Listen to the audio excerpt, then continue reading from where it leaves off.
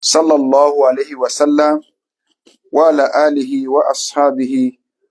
ومن سلك مسلكه وناج منهجه إلى يوم الدين وبعد. adúpẹ́ lọ sí ọ̀dọ̀ Ọlọ́run ọba tí ó ṣe wá ní mùsùlùmí, òun náà lọ́ba tí a dúpẹ́ fún. À ń tọrọ àlékún ìkẹ́ àlékún ìgẹ̀ fún aṣíwájú ẹ̀dá annabi wa Muhammad sallallahu alaihi wasallam. Ìkẹ́ Ọlọ́run kó máa bá annabi àti àwọn aráalé rẹ̀ àtàwọn sàhábà rẹ̀ àti gbogbo àwọn mùsùlùmí tí à ń tẹ̀lé ojúpọ̀nà tí annabi wa sallallahu alaihi wasallam tó filẹ̀ tí ó fi di ọjọ́ gbédal kiyama. À ń kí gbogbo wa níbi tí a ti ń gbọ́ wa ní orí ìkànnì Solution FM 93.9 ní Òkè Àwẹ̀ ní house ní Òkè Àdó. Kọ́nà Bàlíkọ́lá kó má jẹ́ kí iléeṣẹ́ náà kó má jẹ́ kó bàjẹ́, kọ́lọ́n kó bá ní ṣàlékún dáadáa wọn. À ń kí gbogbo olùgbọ́ wa àtàwọn tí à ń wò wá káàkiri gbogbo tí a ti ń wò wá so wípé assalamu alaikum wa rahmatullahi wa barakatuhu. Lẹ́yìn ìgbà tí a ti dúpẹ́ lọ́dọ̀ Ọlọ́run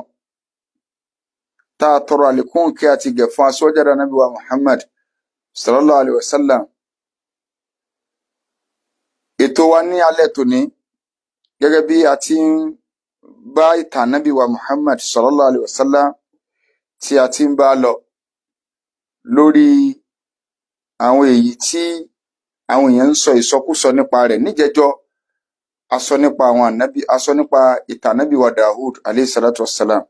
ṣùgbọ́n a yà síbẹ̀ ni nítorí irọ́ bántabanta tí wọ́n pa mọ́ Ànábì Dawud, tó sì jẹ́ pé ọ̀rọ̀ ẹ̀ kò rí bẹ́ẹ̀, nítorí pé àwọn ànábì Ọlọ́run ó ní nǹkan tí a gbọ́dọ̀ fi ròyìn wọn, ó sì ní nǹkan tí èèyàn gbọ́dọ̀ nígbàgbọ́ nípa àwọn ànábì Ọlọ́run. Ìyẹn ló jẹ́ kí á yà bẹ́ẹ̀ yìí pé Ànábì wa Dawud alayhi salatu wassalam kò pa ọmọlẹ́yìn rẹ̀ torí obìnrin o. Ìtàn sọkúsọ, ìtàn Ísírẹ́lì lásán òní àti àwọn àáfàá tí wọ́n ń gbégbèkúgbè káàkiri, kọ́lọ́n kó láwà kó la àwọn náà níbi ìsọkúsọ. Ní òní a padà síbi ìtàn Ànábì wa Muhammad sallallahu alaihi wasallam, èyí tó jẹ́ pé ìlà ń bá lọ tẹ́lẹ̀ kó tó di pé a yà síbi ọ̀rọ̀ Ànábì wa Dawud alayhi salatu wassalam. A ti sọ fún wa nígbà tí ìyá wa Khadija kú radiyallahu anha, àti bí Ọlọ́run ṣe mú Ànábì wa Muhammad sallallahu alaihi wasallam tí ó ṣe mú lọ gba ìrun wá ní sánmà lọ́hùn. Tẹ́lẹ̀ ń jẹ́ ìtutù ojú àti ìbu omi tútù síyàn lẹ́mìí lórí àwọn àdánwò amul husni, ọdún ìbànújẹ́ fún Ànábì wa Muhammad sallallahu alaihi wasallam, èyí tó jẹ́ wípé Ọlọ́run gba àwọn tí wọ́n jẹ́ amúgbálẹ́gbẹ̀ẹ́ fànàbí, àwọn tí wọ́n ń fi owó wọn àti agbára wọn tí wọ́n fi ń dúró ti Ànábì wa Muhammad sallallahu alaihi wasallam. Ẹni àkọ́kọ́ òun náà ni Abu Talib, ó ń fi agbára rẹ̀ dúró ti Ànábì sallallahu alaihi wasallam, ṣùgbọ́n kò sí Islam. Àìmọ́sí Islam rẹ̀ òun ni ó jẹ́ kó di ẹni àdúrà. So ẹni kejì òun náà ni ìyá wa Khadija radiyallahu anha, tí a jẹ́ ìyàwó fún Ànábì wa Muhammad sallallahu alaihi wasallam, tó jẹ́ yí pé àtowó àti dúkìá àti gbogbo tọ́lọ́ ń fún wọn, làákàì, ọgbọ́n orí, gbogbo ẹ̀ pátá òun ni a fi dúró ti Ànábì wa Muhammad sallallahu alaihi wasallam kó tó di pé Ọlọ́run mú àwọn náà sọ́dọ̀. Lẹ́yìn mímú ọ̀dọ̀ yìí ń lọ fa bí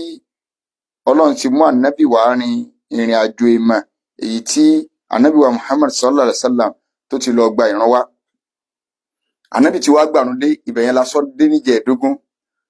A sì sọ pàtàkì ìran yìí àti sọ fún wa. A sọ fún wa pé ẹnu àwọn àfọ́ onítàn kò lórí déètì tí Ànábì lọ gbàrún wá. Àwọn àfáà ń jẹ́ kó yé wa yí pé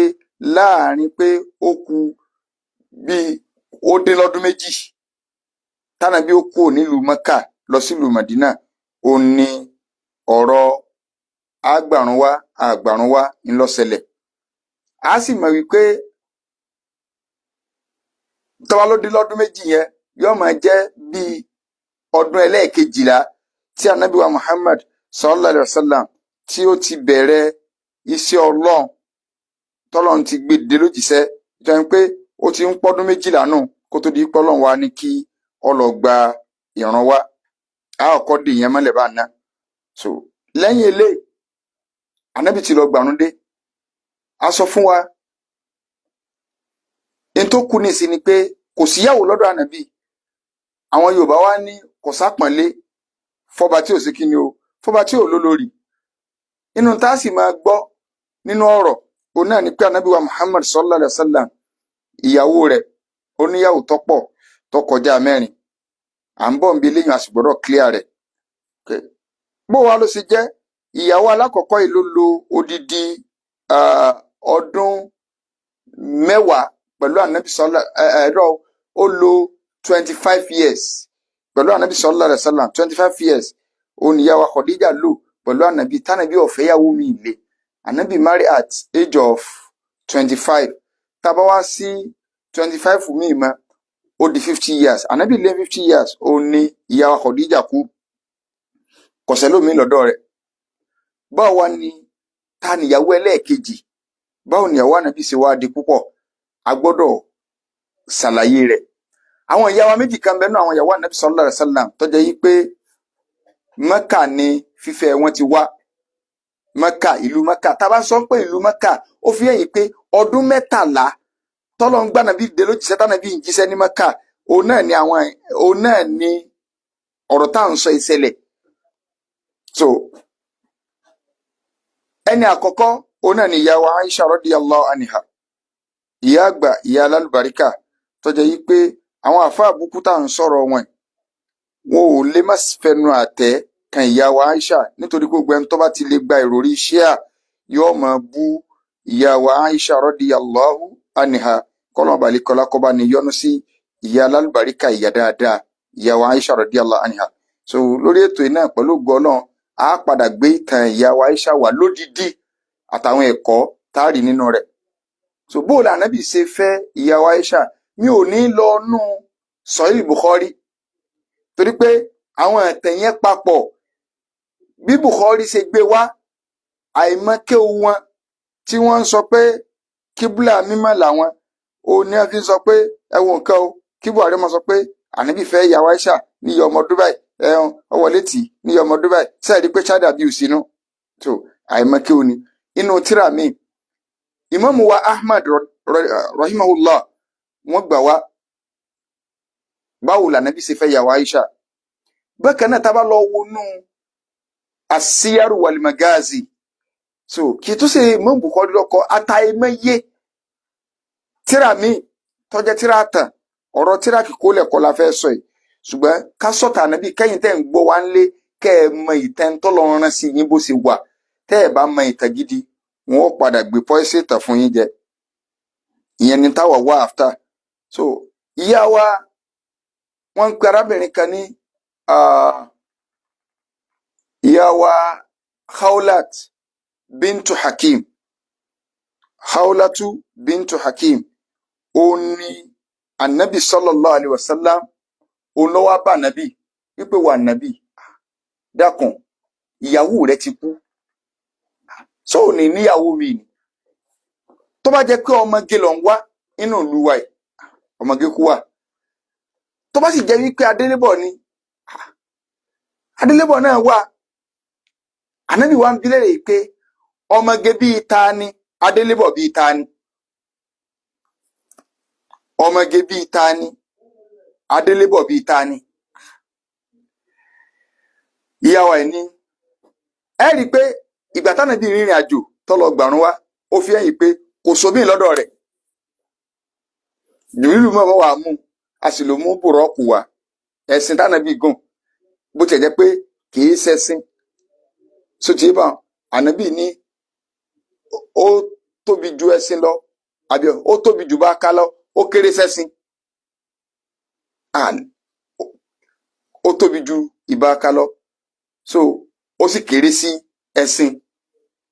so ní ẹranko tó gùn lọ sí sámà so kò sí obìnrin kankan tó lè gbé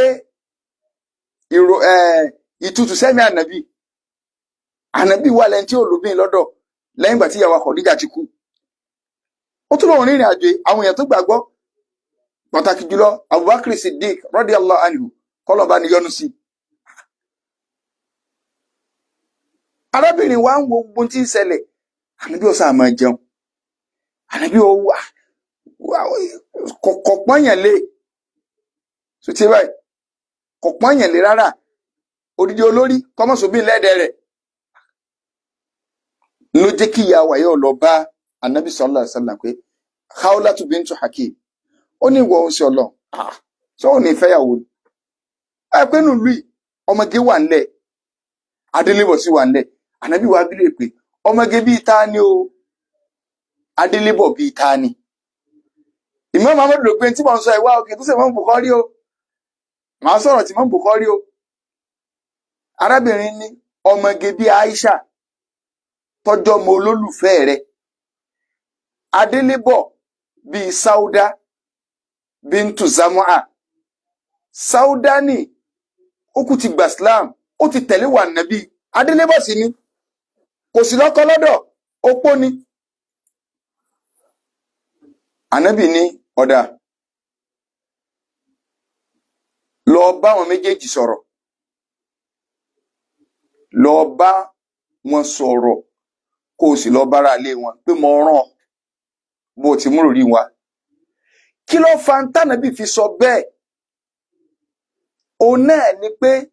Imam Bukhari ẹgbà wá títí wọn kì í kẹsàrèdè sọ pànàbì sọ bẹ́ẹ̀. Sẹ́rí Ọlọ́run fi obìnrin yìí ṣe kòǹgẹ́ in tó ti wà ńlẹ̀ pẹ̀lú àlá. Ànábì sallallahu alaihi wasallam ó sùn ọ́ lálàá bí Imam Bukhari ṣe gbé wá nù. Tí ó rí ìyá wa Aisha tí Jùbìrìlù gbé obìnrin kan sínú sọ́ọ̀lù bí ìgbà tíyàn wé nǹkan lásọ. Jùbìrìlù wa ń sọ fún Ànábì yìí pé adhihi imratuk, ìyàwó rẹ̀ rí ó sẹ́mà ẹni tí ò wulẹ̀ ló bí ń lé tẹ́lẹ̀ tó bá lárò àláhùn kò sí bí ń lọ́dọ̀ rẹ̀ wọ́n á ní ìyàwó rẹ̀ rí, kò wulẹ̀ sí ìyàwó lọ́dọ̀ rẹ̀ torí pé ìyàwó Khadija ti kú. Ànábì wa ń wò ké kí ló gbé wá lójú oorun náà inú sọ́ọ̀lù, ó gbé nǹkan lọ́wọ́ ó wá níyàwó mi ni. Ànábì ní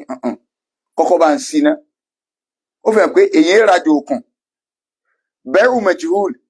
inú ṣẹ̀rí àgan kọ̀lẹ́tọ̀. Ìsìláàmù ní n tó ní ṣe pẹ̀lú ọ̀rọ̀ transaction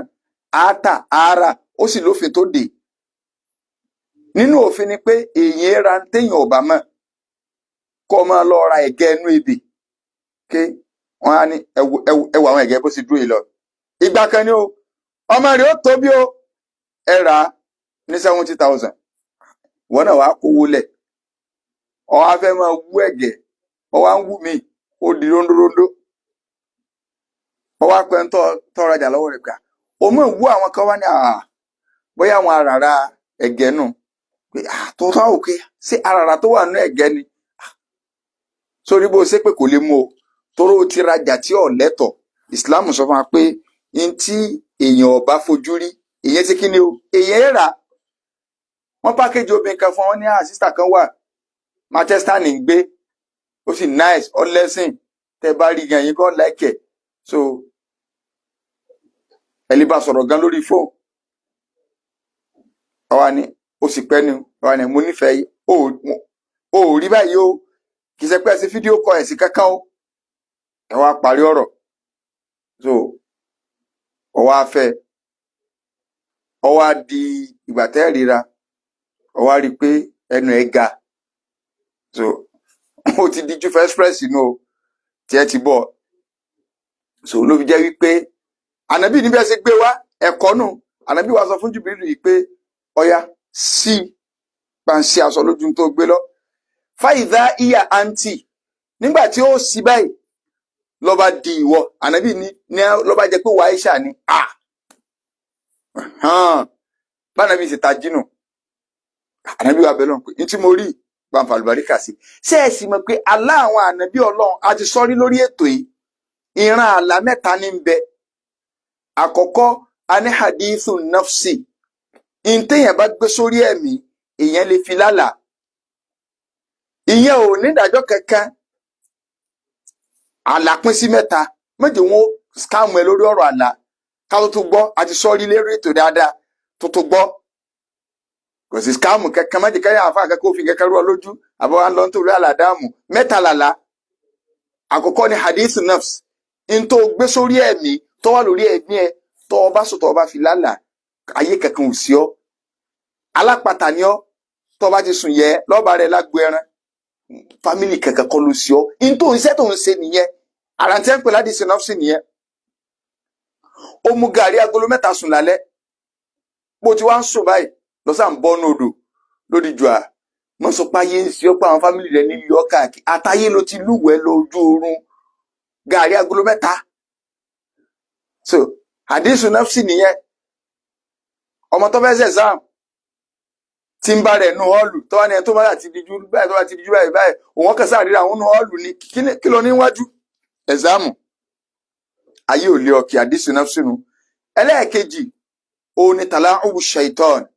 Èso a máa fi làákẹ́yìn ṣeré lórí àwọn àlá tí ò ní nítumọ̀ bí kò lálàá kí ọ̀kadà gbá ọ sẹ́nu tírélà orí kẹ́bọ̀ lẹ́ni ara wa ń lé orí lọ ọ wá di ńgbọ̀ ya so orí nǹkan tó fò sórí tírélà ní gbàgbà ọ̀kẹ́ sáà dájú gbìn gbogbo àwọn àlá báwọn tí ó máa jẹ́ ìdẹ́rùbà. So èso ní fi làákẹ́yìn ṣeré. Ẹ̀kẹta ni mẹ́sẹ̀gì tọ́lọ́run fẹ́ pass. So ìyẹn lọ́wọ́ á níbò lèyẹn sì máa tù tó jẹ́ pé odidi ẹ̀kọ́ kan nìyẹn. Kì í ṣe ẹ̀kọ́ ọ̀nà ogun o. Gbogbo ẹ̀ pátá nínú súnà ló wà àfi tí ìbá kàdí ìṣìlòkù. Ó ní àwọn rumus téèyàn ó wò. So ṣùgbọ́n ọwọ́ àmọ́ ọmọ Ọlọ́run fi èèmọ̀ kan kọ́ sára àlá. Ẹ lọ dìyẹn mú. Ọlọ́run fi èèmọ̀ kan kọ́ sí ara àlá. Èèmọ̀ náà ni pé n téèyàn bá tu sí ní ọmọ jẹ́. Èèmọ̀ tọ́lọ́run fi sára àlá nù. Tó o bá lálàá kódà kó jẹ́ pé ọ̀tọ̀ ni túmọ̀ rẹ̀. Mẹ́sẹ̀jì gidi làlá tó bá jẹ́ràn ẹlẹ́ẹ̀kẹta yẹn tí èsì ìran kan nu méjì tàkọ́kọ́. Tó o bá wá tú àlá ẹni tó o bá tú sí ní ọmọ jẹ́ ìfẹ́ yà lọ́bẹ̀ tọ́rẹ́rì ń bẹ́ ń bẹ̀ láti inú súnà. Ìyẹn wá ní máa ń mú ọ̀pọ̀lọpọ̀ ẹ̀yin tẹ́ ń gbọ́ wa bọ́ sínú ìgbèkùn nǹkan míì. Ọ̀làlà kan kò yí ọ nígbà tó lọ bá yàn pé ọlọ́ba babaláwo àfà ọlọ́ba ẹlòmíì tí ń tẹyanrin ọlọ́ba kìnnìkan nǹkankan. Ọ̀pọ̀pọ̀ àwọn tá a sì ń sọ tẹ́ntẹ́yẹrin wọn èé máa kéwo wọn ò máa kéwo gidi kankan o. Kéwo tí wọ́n kàn fi máa ka útúbà lójú òde nìkan ni o kódà kò lè rí útúbà yẹn ka o. Kò súnmọ́ súnà débi kéyọ̀ mọ̀ kankan.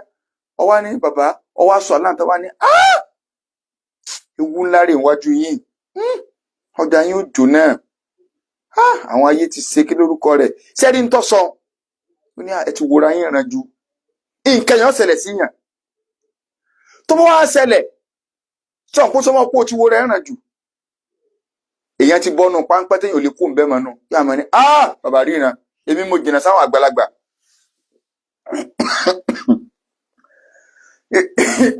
Béèyàn ṣe wọ skóòpù ti ẹnu. Èèyàn wà máa ṣẹ́rú sí bàbá. Bàbá ò sì rí nǹkan kan. Wọn ò dá nǹkan kan mọ̀. So ànábì ti lálàá ṣùgbọ́n àlá àwọn ànábì Ọlọ́run tí wọ́n yàtọ̀ sí tiwa. Ìtọ́lá yẹn bó ṣe láwọn ọgbọ́dọ̀ mú wá sí ìmúṣẹ.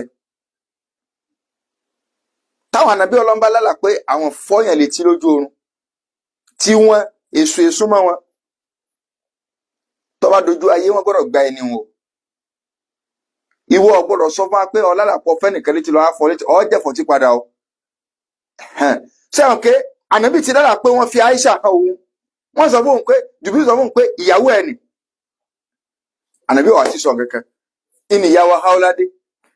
ló ń sọ pé ànábì sọ ní níyàwó ni. Ọmọge wà ń rí. Adélébọ̀ wà ńlẹ̀. Kò síbi ọ̀nàwọ́ sí. Ànábì fi wá bílẹ̀ pé ọmọge bíi ta ni Adélébọ̀ bíi ta ni. So méjèèjì l'Ànábì wa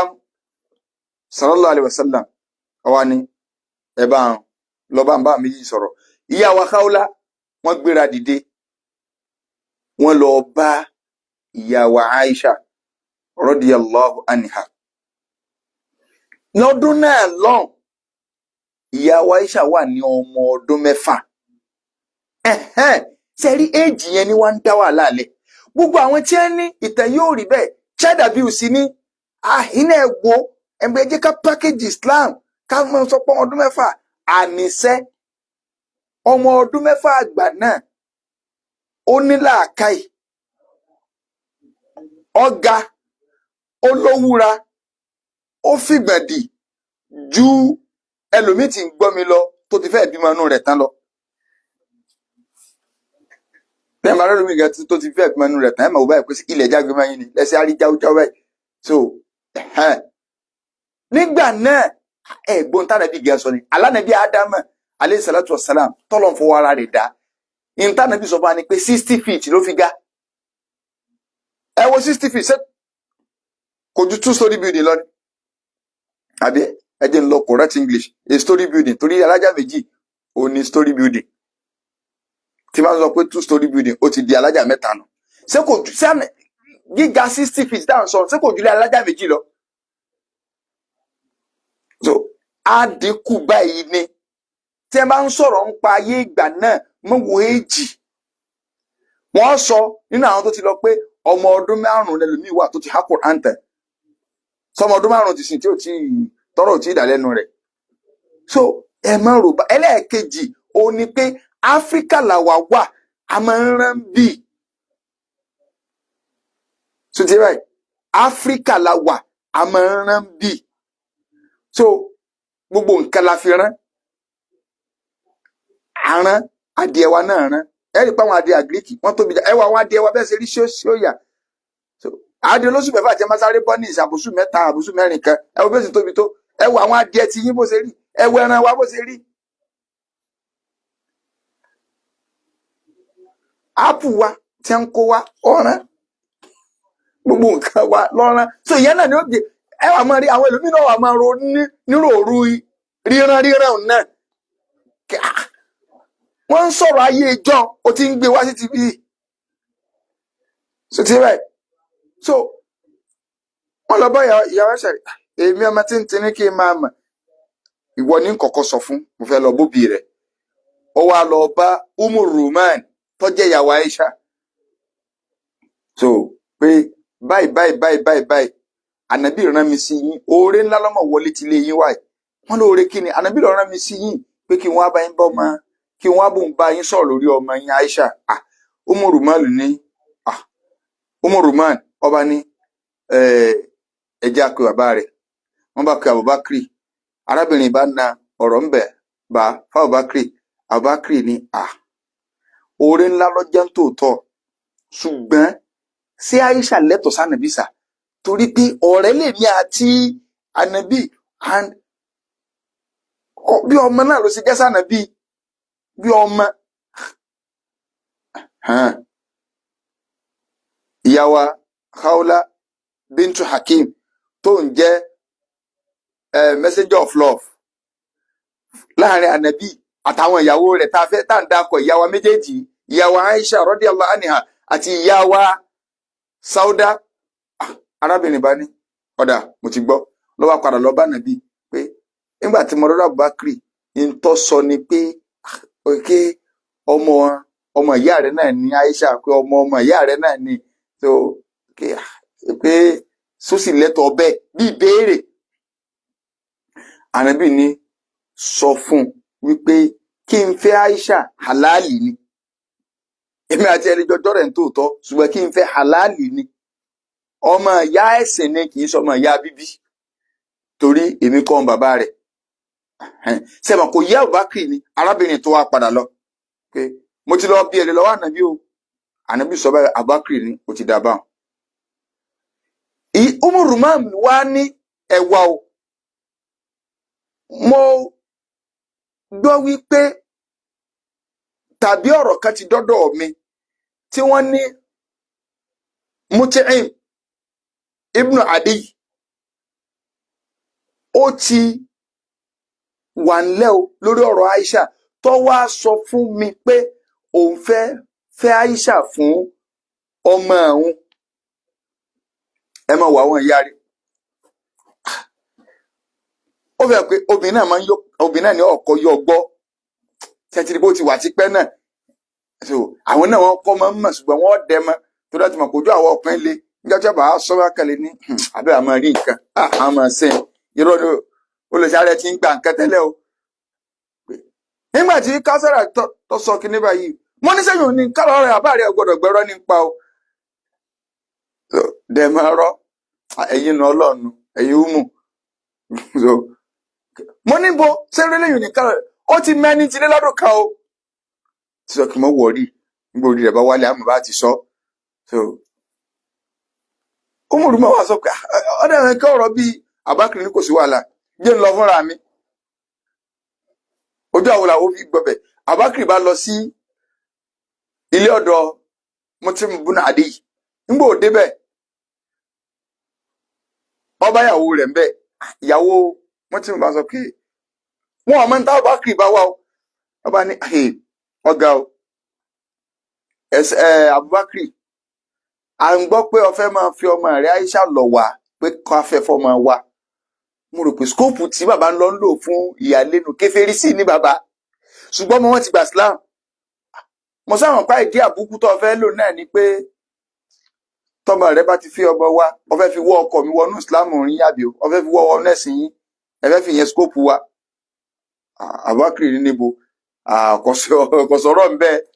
so mo sì yà á kún bẹ́ẹ̀ nù pé Ọlọ́run ṣeun tí mo wá mo ti achieve ẹ̀ ṣe àtúnrò ipa tó fẹ́ máa fà ìdí àwọ̀ yín níbo bó ṣe close ibẹ̀ nù. so ẹ rí i pé agbègbè ibẹ̀ yẹn ọwọ́ arán Khawla sànàbí padà yìí pé sọfànàbí yìí pé ala barakatillah Aisha ti mo yọ̀ǹda Aisha fún. so nígbà náà Mẹ́kà lànàbí wá o sallallahu alayhi wa sallam Mẹ́kà lànàbí wá. ìtẹ̀kẹ́gbé wá ké ó kù ọdún méjì tánàbí ó kú o tàbí ó kù ọdún kan tánàbí ó kú ní Mẹ́kà ìlọrọ táwọn sọ yìí ṣẹlẹ̀. so tábà ló kù ọdún kan tánàbí ó kú ìyàwó Aisha wà lọ́mọ ọdún 6 tẹ́ bá há di ọdún kan yẹn mọ́ pé ọkọ ọdún kan tẹ́ bá há di ọdún kan tánàbí tó lọ sí Mẹ́kà ó di 7 nígbà wọn dé Mẹ́dínà ó lo ọdún 2 torí pé kò tí ì fẹ́ wọ́n bá ṣe ákídù pé wọ́n ṣe ákídù nìka wọ́n ta kókó yìgì lé lórí pé a ti mọ̀ pé lágbájá ẹ̀ ní ọ̀fẹ́ ń lọ́mọ ọdún 7 tá à ń sọ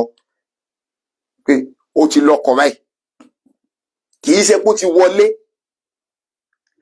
wọ́n délùú Mẹdínà wọ́n lo ọdún 2 míì kó tó di pé ìyàwó Aisha wọlé kódà ìyàwó Aisha ní ibi tó ń wà náà lé báyìí wọn ò tiẹ̀ sọ wọn kà fóun gẹ pé àwọn lọ lónìí o wọ́n kàn múra fóun ni. so ló fi dèrò lé ànàbí nígbà tó di ọmọ ọdún 9 tó lé. so ìyẹn bá gbọ́dọ̀ arábìnrin ṣe kú ń bẹ tíyẹn ti yanjú torí iṣẹ́ 2 lànàbí gbé fún sallallahu alaihi wasallam. so ìyá wa yìí gba ọ̀dọ̀ ìyá wa Sauda lọ mọmọdé o Sauda bó o ní o oore ńlá lọmọ wọlé tí ọwá yìí ànàbí ló ní wá bọ sọ̀rọ̀ ipe òun fẹ́ ọ Sauda ni ó ti dà oríire ńlá ni lọ́dọ̀ tèmi o mo ti gbà ṣùgbọ́n lọ bá mi so kọ gbọ́n tí bá mi ò bá sọ bàbá àti ẹ̀ mùsùlùmí ni so ó sì lọ bá ní máa sì débẹ̀ ẹn tó jẹ́ wàlíyù fún tí ó fi lọ́kọ ọba sọ̀rọ̀ tí bá ní kí ni Sauda sọ fún ọ ní ó ti gbà ọ sọ pé ní tẹ́ bá ti ṣe ni so bàbá ni oore ńlá ni èmi náà fọwọ́ sí. so bí ànàbí ṣe fẹ́ yàwó Sauda ni ẹ wá rí kí ákídù títí ìtagókò yìí tá Aisha ọ̀ṣáájú ti yá wa Sauda ṣùgbọ́n yá wa Sauda àwọn díyàwó ànàbí láti Mẹ́kà wíwọlé ìyá wa Sauda ṣáájú ìyá wa Aisha wọlé kódà tí ìsọ̀rọ̀ ọdún kan ọdún 2. so ló jẹ́ pé táwọn afábá fẹ́ máa to ìyàwó ànàbí tí wọ́n bá ti kọ Khadijatu bintu Khuwailid ẹni tí wọ́n kọ sí kejì ní Saudatu bintu Zum'a zamaa. Ẹlẹ́ẹ̀kẹta wá ní Aisha bint Abi Bakr Siddiq radiyallahu anha. So bánabi ṣe fẹ́ ìyá wa Sauda nìyẹn. So bánabi ṣe gbéyàwó ni níbẹ̀ kó tó di pé máa tẹ̀síwájú, kò sí obìnrin kankan nínú àwọn nǹkan kan bẹ tó jẹ́ khasaisun nàbí, àwọn tí Ọlọ́run fún ànàbí tí ó sọ pé mo fún ọ ṣùgbọ́n ẹnìkan kan ò gbọdọ̀ ṣerú ẹ̀, ìwọ nìkan mo fún ọ ní promo yẹn, ìwọ nìkan ló lè lò. Ìkankan náà àwọn àlùmọ̀ rẹ̀ ọ̀lẹ́tọ̀ àti ṣe bẹ́ẹ̀. Inú rẹ̀ òun náà ni kéèyàn fẹ́ ìyàwó láì ní san sàdáàkì rẹ̀. Ẹnìkan kan ò gbọdọ̀ fẹ́ ìyàwó láì ní sanwó orí rẹ̀. Ṣùgbọ́n Ọlọ́run fún ànàbí ní jókà yẹn pé mo fún ọ níyọ̀ǹda àti lè fẹ́yàwó láì ní sanwó orí rẹ̀. Gbogbo ìyàwó tànàbí wàá fẹ́ láyé jókà tọ́lọ́run fún ànàbí ò lórí. Gbogbo wọn lànàbí sanwó orí wọn lówó tó níye. Ẹ̀kọ́ náà kò síyàwó sàárà. Àbáwọn obìnrin tí ò lẹ́kọ̀ọ́ tí à ní àwọn gbà pa àwọn lẹ́kọ̀ọ́ ni ọ̀pàdé ọkùnrin aláàfẹ́fẹ́ a ní kí lọ́ọ́ gbà ó ní ẹ̀pẹ̀rún sí létí. Só o ti kú ni àbí ẹ̀sẹ̀ bí ọ wọ́n pèrún sí létí. Ìrún jẹ́ sàdá àwọn òdì máa ń ní wọ́n pèrún sí létí. Wọ́n fẹ́ ṣe rúkìá fún ọ ni sàdá kíyèsí à ń pèrún sí yẹn létí, máa pèrún sí ọ létí. Ànàbí ò pèrún sẹ́nì kankan létí, ó san owó tó ti yé báyìí. Kì í ṣe dandan kó jówó, kì í ṣe dandan kó jówó owó orí, kì í ṣe dandan kó jówó. Torí ta fi ń kílẹ̀ ni pé ẹ má jẹ́ káwọn kan kàn fi ẹ̀sìn mú yín nìkan pé Allah Akbar àwọn ẹni àná, irọ́ ẹni àná kọ́ ṣe àná làwà ẹ̀, àwọn ẹni àná àwọn ìyàwó wọn ò wáyé máyà, wọ́n kàn ní wọ́n pe kẹ́límà sáwọn létí, irọ́ ọ fẹ́ gbà síláàmù ni. Ànábì gan tó lọ ń fún pé kọ́ má sanwó orí obìnrin kankan pé tàbí tó bá wù ọjà ẹ ò lè sanwó orí wàásù wò lè má san. Torí pé owó orí Yorùbá ní dandan lówó orí bọ̀ táàkì làwọn mí ní àbí. Ṣùgbọ́n owó sàdáàkì téèyàn ó fi sábẹ́ obìnrin dẹ̀tọ̀ ọ̀ràn yẹn ní ọkùnrin ò gbọdọ̀ má san. Ó lè jẹ gbèsè ẹ o tí ó sọ pé mo gbà pé máa fún ọ ní nǹkan báyìí ṣùgbọ́n yìí tí ì ní lọ, gbèsè nìyẹn. So gbèsè nìyẹn. So kò síyàwó sàárà kìíní kan rárá ìyàwó sàárà. Ànábì gan ọ̀fẹ́ ìyàwó sàárà. Ọlọ́run ní wọ́n lè fẹ́ láì ní sanwó ń tiẹ̀ hàlálì ni. Ṣùgbọ́n tó ń ti bẹ́ẹ̀ gbogbo àwọn ìyàwó ànábì pátá kò sí kẹ̀kẹ́ tànàbí ọ̀sán owó orí rẹ̀. Kò sí kẹ̀kẹ́ tànàbí ọ̀sán. Ìmí ń bẹ tí èso owó lànàbí san tó jẹ́ pé a fi nǹkan jìrọ̀ ni. Torí mo sọ pé kì í ṣe gbogbo ẹ̀ lówó ṣùgbọ́n kò sẹ́ni tànàbí ọ̀sán máàrù rẹ̀. Ntí ẹ sì ń pè ní máàrù owó orí kì í ṣe dandan kọjú owó, ó lè jẹ́ sáfíìsì. Bàbá ẹlòmíì lé lóko tí ń dá ó sì lọ fẹ́ pé òun àti bàbá yìí jọ sọ̀rọ̀ pé ọkọ rẹ̀ tó bá fẹ́ wá sọ̀rọ̀ pé awulẹ̀ fẹ́ gbin ẹ̀gẹ́ tẹ́lẹ̀ tó bá lè bá wa sanko éka 3. So tó wáyé pé ń lọ máa ń gbà pé dádì mi ẹ̀ bá wọn sanko éka 3 o, ìní màá fi sówó orí mi o, kọ́ mádàjọ́ kejì máa lọ sanko ní èsì problem. So o ti sanwó orí náà nù, oko sísá ni ìwọ fi sanwó orí. Ẹran dídá lànàbí Mùsá fi sanwó orí tiẹ̀. So ìyẹn jẹ́ nǹkan àkọ́kọ́. Ẹlẹ́ẹ̀kejì ó ní wípé Ànábì sallallahu alaihi wasallam kìí ṣe adùn òun lànàbí fi ní ìyàwó 2, 3, 4, 5 táàrí pé 11 ló jẹ́. Torí àwọn ọ̀tá ẹ̀sìn ibi tá a fi gbọ́dọ̀ kọ́kọ́ clear abẹ yẹn náà òun ni pé gbogbo àwọn tí wọ́n ti táwọn Yahudi ti ṣe ń jẹ fún àwọn àfáà ilẹ̀ Yorùbá tẹ́ ẹ bá ti gbogbo ẹni tẹ́sí lórí Facebook mo kí n kú oríire o, wàláhì oríire ni o, mo fọ́lọ́run sí lẹ́rìí. Téèyàn bá wà lórí Facebook àdánwò ayé lọ́wọ́ à ń bẹ kò sí kẹ́ẹ̀tà báyìí ẹ gbọ́kọ̀ kú gbọ́ ni. Ọkùnrin kan bẹ bí ó ńláwà ní báyìí ni gbogbo ẹ̀yin àfáwà tẹ́ẹ̀dún ńláwà ní ẹ dákun ẹni eré nílànà bàbá wa Lágbàjì nílànà bàbá wa Lámúnigun. Àwọn bàbá yìí wọ́n fi dáadáa lílẹ̀. àwọn èèyàn rẹ̀ sì ń tọ ojú ọ̀nà yẹn tó fi dòní bó jẹ́ pé bá a bá ti ń rí kàńdá náà kò sí ká mọ́ rí kàńdá nù rẹ̀ sí kò sígun tí ò sí ṣùgbọ́n ẹ dákun àwọn ìjánu tí àwọn tíjánu wá bá bẹ lọ́wọ́ ẹ pè wọ́n ọkùnrin kan báyìí tí kọ́kọ́ ń ṣe Yorùbá nation tí máa ń wé láwà ní ìṣẹ́hùn ń dojú tíyan òun láwà ní pupa so òun náà fẹ́ trend lórí Facebook ó dẹ̀ ti trendi kò dẹ̀dà sọ̀rọ̀ tó jọ mọ́rọ̀ ẹ̀sìn mọ́ tẹ́lẹ̀ ó ti ń ta àgbo jẹ̀dí àgbo nǹkan kan but ọ̀rọ̀ Yorùbá nation lọ́kọ́ fi wọlé tí ọ̀sán máa pariwo wúruwúruwúru kábàáyì so nígbà téèyàn bá tún sọ yìí ké ọ̀rọ̀ tó sọ bí ìjẹrin àbí ìjarun ó pé so ẹ̀sìn Islam gan tí wọ́n mú wá bá wa yìí gan wọ́n kàn fọ́ọ̀sì wá sí ni kébi scam ni odidi ẹni tó lòun kéw nílé kéw yín ẹ̀yin àbá owó ńlá wà ní ẹ̀wọ̀n nǹkan kódà ó ní ó kọ Yorùbá àwọn ó máa ń wù lórí wọn máa fi pé ojú kọ́ máa dákọ̀ Abdul Hakimi lọ torí wọn kà jẹ wá ń pàṣẹ ẹ máa gbọ́rọ̀ púpù ṣé táwọn yẹn bá sọ pé oògùn lọ́lọ́ kọ́ńlé kí ó ní ṣe kò fẹ́ rí bẹ́ẹ̀ báyìí ǹjọ́kọ́tà òhídù ó ní ẹ fi mú alẹ́rú yes ó ní wọ́n kàn yes ó ní ẹ fi mú alẹ́rú kan fi enslave wa ni pé ìmúnisìn ni yes bó ti sọ náà nù pé ìmúnisìn ẹ̀gbọ́rọ̀ kéèyàn ní Islam ìmúnisìn ni lẹ́nu tó pe rẹ̀ lálù but kì í sáàfà tẹ́lẹ̀ àwa ti sọ tipẹ́ mo ti sọ ní ìsọ ti lé lọ́dún mẹ́ta nígbà tó ti kọ́kọ́ bẹ̀rẹ̀ Yorùbá nation rẹ̀ pé ọkùnrin ilé tó jáwé ṣe gbòní kì í ṣe pé èèyàn wé lára ní ló túmọ̀ sí pé wọ́n rìn wọ́n pọ̀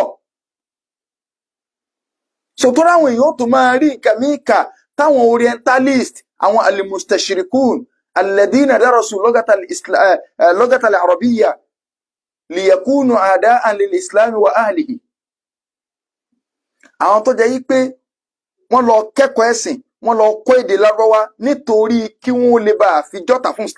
Islam wọ́n bọ́ bí ọ̀rọ̀ bá nàbí ṣe fẹ́yàwó pé ẹnu ànábì yìí ó fẹ́yàwó ní mọ́kànlá ẹ̀rí bó ṣe kóbìn ìjọ tó ẹ̀rí bó ṣe kóbìn ìjọ wọ́n ní ìdí ọwọ́ àánú tí a kọ́ lẹ̀ o nítorí sọ pé ogun tí a kọ́ lẹ̀ nù kí ó kọ́ ló ṣe kọ̀rẹ́ẹ̀tì àìmọ̀ kí ó àìkọ́ kí ó jìnnà lẹ̀ ní mọ fáírọ́ọ̀sì ṣebí èdè Lárúbáwá ni èdè Lárúbáwá ni náà sáwọn tó kọ́kọ́ yín lédè Lárúbáwá láwọn yunifásitì wa níbí ṣé mùsùlùmí ni wọ́n ni láwọn yunifásitì kan nílẹ̀ Yorùbá yìí nígbà wọ́n bẹ̀rẹ̀ rẹ̀ ṣé bí ẹni tí èsè mùsùlùmí ni wọ́n gbọ́ bẹ́ẹ̀ tó kọ́ hẹ́ẹ̀dì dìpátímẹ́ǹtì yẹn náà tí ọmọ ọkọ yìí pé sọ́lù alànàbí yìí kùn ẹ̀sìn sọ̀rọ̀ àtúfà nàbí yìí ọdẹ gbọ́ Lárúbáwá èdè Kùránì but wọ́n lọ kọ́ wọ́n rán wọn lọ pé ẹ lọ kọ́ ẹ máa fi dàsílámù yẹn rú. abẹ́ ti gbàgbé ni àwọn tó lọ àwọn yunifásitì kan ní Yorùbá yìí so péyàn ń sọ kí ó lẹ́nu omi nì pé kọ́mọ̀jọ́ ta wà náà nkódà ó wà nù ọ̀rọ̀ àdìsí Hudhaifa tánàbí sọ yìí pé tó bá dìgbẹ̀yìn gbà àwọn èèyàn kan bẹ yatakallamuna bi alsinatina Lárúbáwá náà ni wọ́n máa sọ jáde lẹ́nu àwọn nàbí ní àwọn abẹ̀sìnjẹsì ni wọ́n ẹ gbọ́ kí ó lẹ́nu wọn tí kí wọ́n yọ ṣùgbọ́n wọ́n fẹ́ fẹ̀sìn mú yín gan ni wọn ò gbọ́ ìsìláàmù yẹn ju èdè Lárúbáwá yẹn lọ torí pé ìsìláàmù èdè Lárúbáwá ni. ṣé ogun táwọn ibi wa sọ lẹ̀ ṣé kò wá ṣe wọ́n fi máa sìn lọ́nà ní kì í ṣe pé wọ́n fẹ́ fi tọ́ yín sọ́nà. so àwọn ẹni yẹn ti kọ́ lẹ̀lédè kéwú ní tí mò ń sọ yìí ọwọ́ àánú tí àtẹ̀fṣe táwọn àáfàá sọ ṣubuhatu wọn ìrújú àwọn orientalist torí ńgbà tẹ́yìn bá kànú tí àtẹ̀wá tún gbé nǹkan jáde bí ẹni pé tó ní ẹ̀yin náà já nígbà tá a náà bè fẹ́ ìyàwó mákàlà tẹ ẹ̀rí mi yà máa ra wìn bí ewé ọ̀lẹ̀ tẹ́ àmọ́ rò pé nǹkan gidi ní sọ àwọn yẹn wà tó máa ṣe Allahu Akbar àti kàtìpẹ́. so wọ́n kọ́ ọ́ bẹ̀ wípé ànábì fẹ́ ìyàwó mọ́kànlá ọwọ́ ní kẹ́yìn àlùmọ́ rẹ̀ kẹ́ ẹ má fẹ́ ju 4 lọ tẹ́ ẹ̀ rí wípé kò lè kọ́ńtró adùn ara rẹ̀ mọ́ ló jẹ́ kí ìyàwó rẹ̀ ọ̀pọ̀ rẹ̀ báwọn pé adùn rẹ̀ ti pọ̀ jù bí kò sàmọ́ súnmọ́ kọ́ mọ́ súnmọ́ bíi pé ní í ṣe pé ló jẹ́ kí ìyàwó rẹ̀ ọ̀pọ̀ tí ẹ bá sọ báwọn kì í ṣe kọ́ wọn sọ astaghfirullah subhanallah ọ̀rọ̀ búkú wọn sọ bọ̀túrọ́dù rẹ̀ wà kọ̀sọ́rọ̀ subhanallah astaghfirullah kankan mọ́ gbàràtà mọ́ sì pé ọkàn lè bẹ̀rẹ̀ ni pé ọ̀rọ̀ yìí ò lè yé èèyàn àfẹn tó bá ní làákàyè sọ̀n kó tí ọkọ̀ dáwọ́ pé àìmọ́ ní làákàyè ò ní àwọn àfáà ní ẹ̀rí tó fi mọ̀ wípé kì í ṣe wípé adùn ló ti ànábì débẹ̀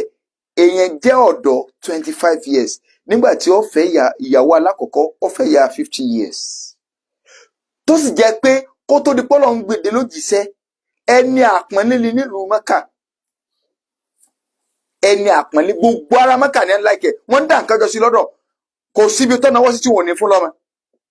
kò wá rí ọmọge fẹ́ ń gbà náà Adélébọ̀ lọ́kọ́ fi wá ṣẹwọ́ Adélébọ̀ yẹn tó wá wà ń bẹ̀ for 25 years kò fẹ́ lómi ìle ṣé ń gbà téèyàn wá lé 50 ṣe ń lọ́dọ̀ ọ̀sẹ̀ àwọn ọmọ ìrùkọ àwọn èèyàn gbọ́ yé so rọ́dún eléyìí kọ́kọ́ wà nílẹ̀ ìkọ́rọ̀ padà sí ni lẹ́nu ẹlẹ́ẹ̀kejì ni pé tí èèbá wá ṣe pé adùn ara ní ok ó tún wá fẹ́ yàn yes ó tún wá fẹ́ second wife tí ó wọlé tì tí èé ṣe ẹni tí ò ní wọlé tì ẹ máa gbọ́ second kìíní o ẹni tí ò tí ì wọlé tì níyàwó Aisha gẹ́gẹ́ bá ṣàlàyé ó wá fẹ́ second wife ó wá lọ fẹ́ Adélébọ̀ míì tó jẹ́ pé ó ti dàgbà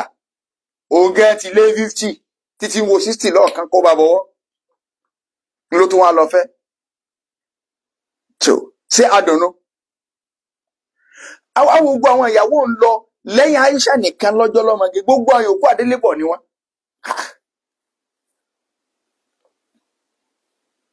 a jẹ́ pé reason míì wà behind the pípọ̀ ìyàwó ànàbì àwọn àfáà wa fa reason mẹ́rin yọ kí n fún wa méjì so kí n fún wa méjì pé reason tó wà ń bi tàádùdù alhikmatu min tàádùdù zawjati nàbì wọ́n wá fa hikma mẹ́rin yọ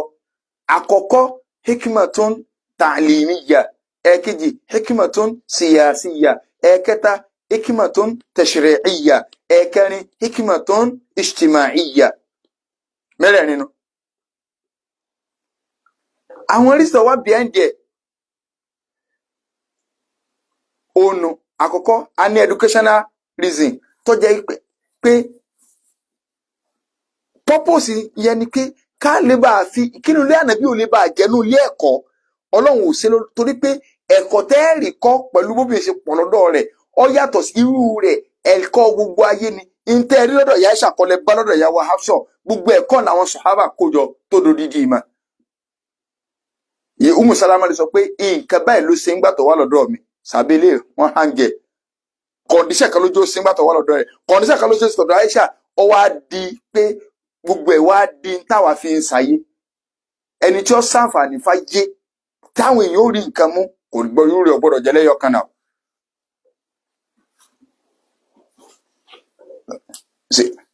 o rò pé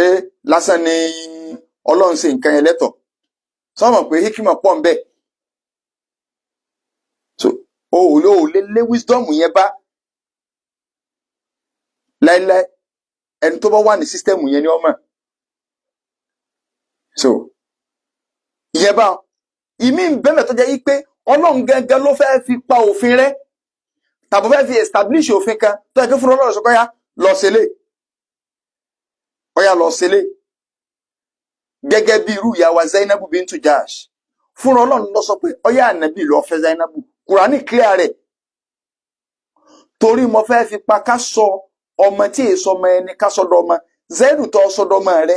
tó ń pè lọ́mọ rẹ tí èsì sì wọ ló bí èmi Ọlọ́run fẹ́ pa ìdájọ́ rẹ ànábì èsè bàbá ẹnìkan ẹ gbọ́dọ̀ pa ànábì bàbá yín ẹni tí ìbá sì ṣe bàbá èèyàn mọ́ sọ di bàbá rẹ pé ó ti adi bàbá mi o tí n bá kú yóò jogún mi o ọkàn lè máa pè ní bàbá ládùúgbò Ọlọ́run ni mo wá fẹ́ fi parẹ́ pé àrùn àwọn bàbá báwọn tẹ́ ń fẹnu pé wọ́n ń bàbá tí wọ́n ṣe àbá tó bí yín kèéṣe wọ̀ tírú ọmọ bẹ́ẹ̀ bá kọ̀yàwó àbí bàbá ń bá kọ̀yàwó kọ́ fẹ́ tó bá jẹ́ bàbá rẹ̀ gẹ́gẹ́ kò lè fẹ́yàwó bàbá rẹ̀ kò sì lè fẹ́ bàbá náà ò lè fẹ́yàwó tọ́mọ rẹ̀ kọ́ ọ̀lẹ́ lọ́mọ òrìjìnà gẹ́gẹ́ ṣùgbọ́n máa fẹ́nu bí ẹ̀kọ́ ẹlẹ́kọ̀ lẹ́gbẹ́ ẹlẹ́gbà ọlọ́ọ̀fù bí máa wá lẹ́nìkan fẹ́ ọwá ńlá gidi ibi tí wọ́n kọ́ lẹ̀ lógún ẹnìkan kí pọ́blẹ́mù ẹ̀ so kọ́ wá lè bá a mọ̀ ìyàwó tí ń bẹ lọ́dọ̀ Zaidu, ìyẹn Zaidu tánàbí ń pè lọ́mọ rẹ̀ tí ìsọmọ ànàbí, Ọlọ́run wá ní kó o lè bá a mọ̀ ọyàwó ànàbí wọ lọ́fẹ̀ẹ́. Zainabu àti Zaidu sì ń jà,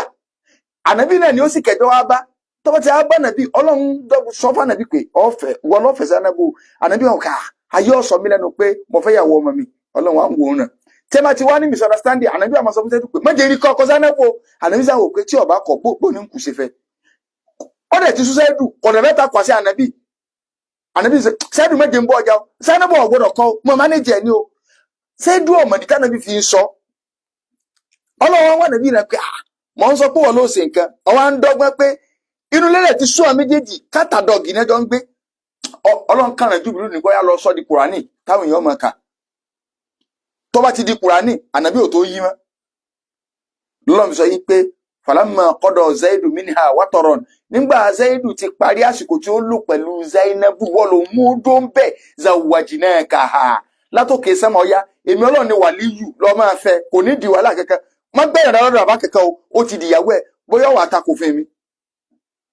Ọlọ́run wa ni kọ́mọ́ ní tó dé ń ṣe bẹ́ẹ̀, òfin ni tó dé ní o tó fẹ́ lẹ́yìn òní pé kọ́mọ́ bá a di èèwọ̀ fún gbogbo àwọn ìyàwó ọmọ àfẹnubí, táwọn ìyàwó yẹn bá ti lo àsìkò tí wọ́n wá kọra wọn lẹ̀, kọ́mọ́ dé èèwọ̀ fún bàbá aládùúgbò láti lè fẹ́ rú wọn. Mo fẹ́ fi ọ́ pa òfin rẹ̀, orí rẹ̀ náà ní sì fi fágbọ́n báwọn, ìtumọ̀ rẹ̀ náà nù. Ló fi jẹ́ pé nínú gbogbo àwọn ìyàwó ànàbí sàn fáwọn obìnrin wọn wà nǹkan kan tí wọ́n fi máa dọ́gbọ́n sakọ díẹ̀díẹ̀ pé báyìí, so nínú gbogbo àwọn ìyàwó ànàbí tí ìyàwó Àìṣà bá ti ń sakọ láàrin wọn pé alihamudulilayi nínú gbogbo bá a ṣe pọ̀ tó yìí àwa nìkan lọ́lọ́mọge tánàbí fẹ́, gbogbo ẹ̀yin yòókù ẹ ti tọ́lé ọkọ kan wò rí kẹ́ tó débì, àwa lọ́lọ́mọge. ìyàwó Zainabu náà, ìyàwó Àìṣà kò sẹ́nì kankan tí máa ń bá ìyàwó Àìṣà fi gagbága lọ́dọ̀ ànàbí bí ìyàwó Zainabu, toró náà ní nǹkan tó lè fi ṣe yàrá. Táìṣà bá ti ń fi ìjọba gẹ́sẹ̀ yàrá, ìyàwó Zainabu náà ní alihamudulilayi, àwa náà dúpẹ́ pé gbogbo kálukú ìyín lọ́jọ́ pé àwọn bàbá yín ńlọ́fàyìn fànàbí tí wọ́n ṣe wàlíyù tí àwọn ní bàbá yìgì, Ọlọ́run ní bàbá yìgì tí a torí sámà ló ti ní kànábí ọlọ́fẹ́ wa, àwa nìkan Ọlọ́run sọ bẹ́ẹ̀ fún látòkè sámà sẹ́yìn pé ráǹkì yẹn ọ̀tún jámbẹ̀. So reason pọ̀, ibi tá à ń lọ in essence ni pé pípọ̀ ìyàwó ànàbí kì í ṣe torí pé adùn ara rẹ̀ pọ̀. So kódà ẹ̀mí ìgbẹ́ tó jẹ́ pé politics ni, political reason wà níbi fífẹ́ rẹ̀, tó jẹ́ pé àwọn kan wà lọ́ndà ànàbí tí wọ́n jẹ́rú, tó wá jẹ́ pé ìkànnú àwọn ọmọ ọ̀tá ni, àwọn ọmọ ọ̀tá ànàbí, ogun ti wá ṣẹlẹ̀ wọ́n rí kakọ́, ànàbí wàá pè wá ń bì. Gbogbo àwọn tá à ń sọ yìí ẹ̀rẹ́ kódà lómi ti wọ menopause tí ò lè bí mọ́mọ́. So ọ̀dà ìwọ yìí sọ ọgbà láti fẹ́ wa kó o kó olóko ẹrú kọ́ ọ̀kà máa jẹ́yàwó wa, òun gbà ọ̀dà ànàbí wàá fẹ́. Ìdí ni kí bàbá rẹ̀ inú ẹ tó lè pẹ̀lú ànàbí ìdí nígbà bàbá gbọ́ pé ànàbí ti fọ́mọ òun, ọ̀dà sáwọn ọmọ wa tún lẹ́kọ̀ọ́ sí ọ̀dọ̀ ẹni tó bá mọ́ ọmọ ọwọ́dọ̀ tí àpá náà ti wà ń bẹ́, òun náà padà gbà Islam. So politics nìyẹn tó yẹ pé nínú àwọn reason, so wọ́n ń wà ń bẹ́ kó lè bá jẹ́ pé wọ́n lè mọ ẹrẹ́ni bí àbùkátà wọn. So ló jẹ́ pé a rí nínú wọn irú ìyàwó Sáúdà ọ̀sọ̀ bá nàbí ni pé wò ó mọ̀wùlẹ̀ mọ́ darí ẹ̀ láàmú, èmi ò ní bùkátà kan dàbí alára sọ̀kan sóríjọ́ tèmi. Ìyàwó Sáúdà wà wò kíta nàbí láìkì jọ rí pé ìyàwó Àìṣà ni ọwọ́ ní sóríjọ́ tèmi mo yọ̀ǹda rẹ̀ fún Àìṣà kọ́ máa lò mọ́. So ó lè jẹ́ obìnrin tó nídìí ọkùnrin, so kọ́ yọ̀ǹda ọjọ́ tiẹ̀ kí mọ̀wùlẹ̀ wà mọ́ sùn lọ mi asámọ̀ ká wà lọ́ndà rẹ̀, mo yọ̀ǹda ọjọ́ tèmi torí pàgbàlagbà ni. So bí ọ̀rọ̀ ìgbéyàwó ṣe lọ́dún sẹ́ni ẹni tí ọba ẹ má jẹ́ kí àìmọ̀ká àwọn àfa aláìmọ̀ká yẹn ti pọ̀ gan o. Ẹlòmíì mọ̀kan ṣùgbọ́n pé àfa wa ní wíwíkúwí sáwà máa takọ̀ àfa wa ni ló kó bá ẹlòmíì. Sọtọ́ sì dàlí kí a máa ń tí ó sọ fọ́lọ̀ náà nù pé sáwà máa takọ̀ àfa wa ni. So kọ́lọ̀ ń kó ṣàánú wa gbogbo ẹ̀yin tẹ́ ẹ máa fún láwà ní pupa ẹ bá sọ̀rọ̀ kí ó kọ́ tí wàá padà gbà Islam gbogbo kí ó ti ń kọ́ nílé kí kò yé kankan kọ́ mọ́ nǹkan kan kọ́ mọ́ dò so nǹkan máa ń pariwo lórí social media lásán ni so tí ó bá lè tijú tí wọ́n bá mú wá àwọ̀ bẹ̀rẹ̀ kí ó fò padà so látòrí kágbé láti jù sí àmọ́ fọkàn àkọ́kọ́ bí èèyàn ṣe máa ń ka Kùránì tó bá parí rẹ̀ tán so àmọ́ kọ́ ní tí a tàwhídì díẹ̀díẹ̀ so tí ó bá ní tijú ni o so kọ́lá tó bá sì pè wá láàrin àwa àti àníjẹ́ nìkan kọ́ mọ̀ so torí pé ó nídìí ẹ̀kọ́ kò yé ọkàn sọ̀rọ̀ gbà o kọ́lọ̀ kọ́ bá ní tún ṣe kọ́ ọ láàjọ kan oṣù rẹ̀ so bí ọ̀rọ̀ ìgbéyàwó ìyá wa Aisha àti ìyá wa Sauda bó ti lọ́nu kọ́lọ̀ balẹ̀ kọ́lá kó ṣàkálùkù ní ẹ̀san olóore a kí gbogbo àwọn bàbá wa tí wọ́n wá yẹ wá sí níbi ìsí iléeṣẹ́ Almaroof Hajj and Umrah ọ́fíìsì wọn tuntun tí wọ́n ń bẹ ní Sawmill tí akádi sísí rẹ̀ ńlẹ̀ lónìí bákan náà àti mọ́ṣáláṣí ńlá tí wọ́n kọ́ síbẹ̀ tí àbá wa àgbà Ìmáàmù Ìbàdàn tí wọ́n bá ní sí níjọ́ Friday kọ́lọ̀ǹkọ́ wọn bá ní ṣàlékún dáadáa Alhaji wa Maruf Olúyọ̀lé àti gbogbo àwọn èèyàn ńláńlá tí wọ́n tẹ̀bẹ̀ yẹn lónìí bàbá wa Ìmáàmù Ọ̀fà gbogbo àwọn àfáà ńláńlá àwọn ìlú tí ń darí ìlú lọ́wọ́ kọ́lọ̀ǹjẹ́ wọn rí adarí dáadáa kọ́wọ́ láàjọ kan oṣù rẹ̀ gbogbo ẹni tí ó bá ní wúlò kọ́lọ̀ǹkọ́ bá ní gbá kó kọfẹ́ lómi rọ̀pò wọn kọ́lọ̀ǹkọ́ wọlé agbóhùn la ilaha illallah so inshallah a gba ìbéèrè 09098889939 091 2 29 ó ní fún wa tó bá ní ìbéèrè tí a fẹ́ béèrè 09098889939 091 2 29 091 2 29 àwọn nọ́mbà tí a pò wọlé sínú 09098889939 091 2 29 hello.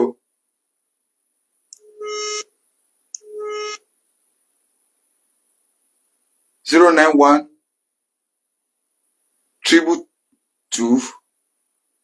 22939 091 22 again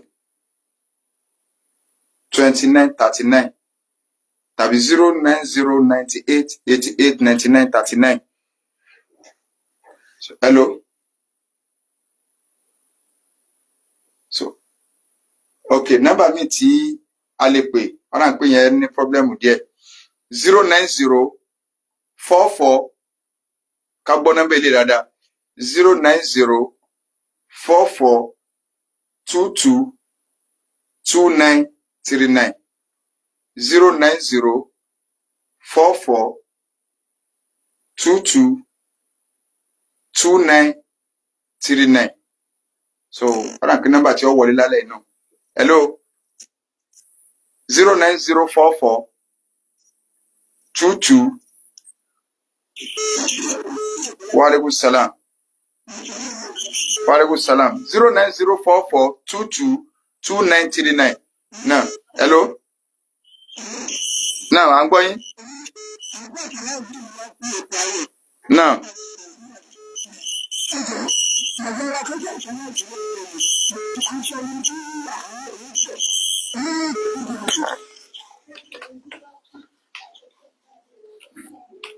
Kí la wí?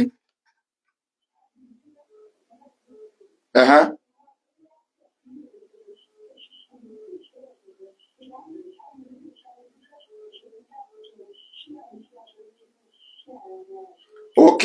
wọ́n ní mọ̀mọ́ wa káńsẹ̀ kú ní àìpẹ́ yìí wọ́n sì ní àwọn aṣọ tí ó pọ̀ káwọn èèyàn ní káwọn aṣọ nínú ṣẹ̀ríà Islam téèyàn bá ti kú gbogbo tó ti fílẹ̀ ó ti di property kì í ṣaṣọ nìkan láàpẹ gbogbo tó fílẹ̀ so tí kò bá yí wa bá ti pín ẹ pè mí so a ṣàlàyé rẹ̀ fún akọ́dà wà bá yín pín so ti bá kò sí tí Islam ò lọ gba pínpín alihamudulilayi Ọlọ́run ní kára gbọ́ yé níwọ̀n bá ti ń tẹni láti lè pín so àbàyìn gbà ẹ̀ mọ́yé níta ti lọ pín dáadáa nílànà ṣẹ̀ríà Islam gbogbo ẹni tó wá pẹ́ ṣàsọ́lẹ̀ dáadáa ogún wa ìlànà Islam ní agbọ́dọ̀ pín so ẹni tí ìbáyìí ṣe mùsùlùmí inú ọmọ kò ní í jogún Islam so kọ́dà tá a kí àbá ní kèfèrí tó bímọ tó jẹ́ mùsùlùmí wá fi gbogbo ìlú Ìbàdàn tó bá fi kọ́lé ọmọ rẹ̀ ọgbọ́dọ̀ jẹ́ ń bẹ̀ àwọn ẹlẹ́sìn rẹ̀ ní Islam ní ó jẹ́ bí Islam ṣe sọ́nù o tọmọ rẹ̀ ọba jẹ́ màmú kó tè gba tí ó gbà lójú ayé bàbá tó bá ilé pajúdé kó gbogbo lé wọn kó kó ń bẹ̀ kó fi ṣe ṣọ́ọ̀ṣì ní tí Islam sọnù ẹ gbádùn ara yín pẹ̀lẹ́ sí tẹ́ bá jọ ṣe so kò yẹ sí ọ̀rọ̀ pé bẹ́ẹ̀ Islam kà sí rárá o mọ́ nítorí ká àdáde mi wá ní nǹkan sí ẹ̀yìn gba dúró kínní àwọn chọ́ọ̀chì náà máa lólé wa kí bàbá rẹ̀ ṣe kú àwọn tí wọ́n ṣe kú nù wọ́n máa lo bẹ̀ so Islam ṣe sọnù o 09044222939 èyí sì lè máa pín nǹkan díẹ̀ ó lè jẹ́ pàṣọ rẹ kó fẹ́ pín ẹ̀pín ó tukuru láì lè àtọ̀pín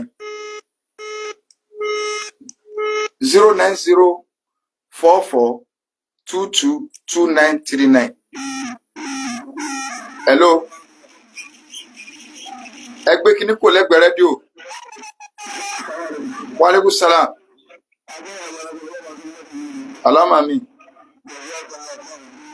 amin jazakumullahu khairan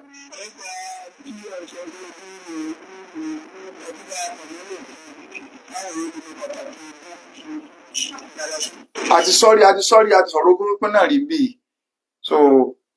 inshallah ní làwọn èèyàn gbọ́ yìí bẹ́ẹ̀ bá fẹ́ pín ẹ pè wá hello náà bí yẹn wà lábúrọ́dù àbá ṣàlàyé rẹ̀ á sẹ́ndì ratio sí wa alaikum salam barakatuh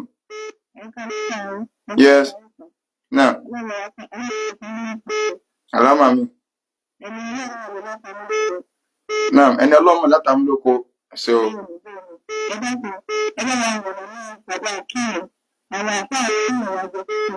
àwọn àbá yín yẹ̀yìn jẹ́ sẹ́tí ájọ́ wọn fẹ́yàwó lé yín ná mélòó ẹ mo ti gbọ́ sẹ́tí fẹ́yàwó lé yín kódà o Ọlọ́run ní sí ilé létí kan o so inshallah a tuntun sọ a sọ̀rọ̀ sàdáàkì náà pẹ̀lú ògbó Ọlọ́run ṣùgbọ́n ẹni tí wọ́n fẹ́yàwó lé yín ẹni tí yẹ̀yìn jẹ́ Ọlọ́run ó di fún yín bòmí sẹ́tí gbọ́ yóò wọlé àti kan sórí ẹ̀ so inshallah á pàdé tó bá di ọjọ́ mẹ́jọ pẹ̀lú yọ̀ǹda t'Ọlọ́run subhanaka wa hamdik ashhadu an la ilaha illa anta astaghfiruka wa atubu ilayk nọ́mbà tá a lè pè wá sí bóyá fún béèrè bóyá ọ̀rọ̀ ogun pípé ni o ọ̀rọ̀ ájì ni o ọ̀rọ̀ ká ni o 070-1064-39 béèyàn pé ní sèmi ò ní pé o 070-1064-39 070-1064-39 ẹ mẹ́sẹ̀jì mi tàbí kẹ́ sẹ́ndì mẹ́sẹ̀jì lórí WhatsApp tẹ́ bá pè ẹjọ́ dọ̀là ṣùgbọ́n lálẹ́ subhana rabbika rabbil izzati amma yasifun wa salamun ala al-mursalin walhamdulillahi rabbil alamin.